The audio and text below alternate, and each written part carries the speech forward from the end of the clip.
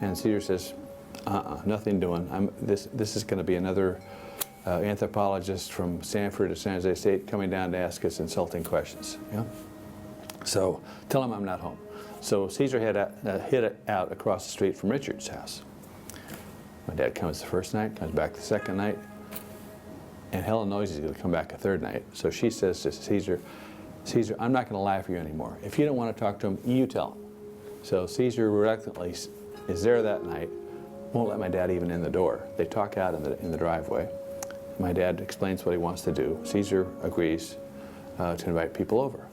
But Cesar's still suspicious and pretty hostile.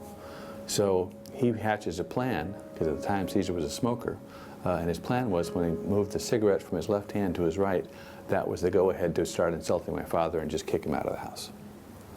So my father comes into this house meeting with maybe 8 to 10 people, unsuspecting that there was any kind of a movida by Cesar. And Cesar didn't reveal this little plan for 10 more years. Didn't tell him what happened. So a few years back, I was looking at my father's papers and I read his notes from that night. And what he wrote was, he says, after 10 minutes, the meeting is going nowhere. No one will look up from the floor. Cesar is not reacting. They're not asking questions. None of my stories are connecting. And then my father wrote, then I remembered that Cesar said that some of his buddies were Pachucos, graduates of San Quentin, not Stanford or San Jose State, a tough crowd. Then then my dad wrote, I knew I had to tell the story of Bloody Christmas like I'd never told it in my life. And the story my father told, briefly, was that in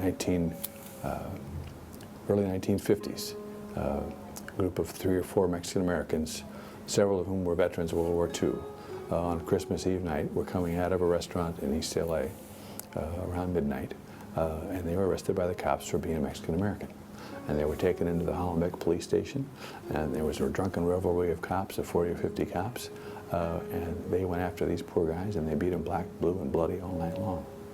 And there'd never been a successful prosecution of cops for police brutality. But by this time, the community service organization had registered thousands of people to vote, had made powerful alliances with the labor community, with the Jewish community, the liberal democratic community, with NAACP, and a number of powerful coalition had been built that the CSO was a part of. So they used the strategic and powerful relationships that they had built up to make sure there was accountability. And not only were these cops tried and prosecuted, they were sentenced to prison. So what Cesar would tell many of us over the years was when my father told that story, he forgot about his plan. Because what Cesar said, your father painted a picture of how he built power that just, it was so clear and so compelling you could taste it.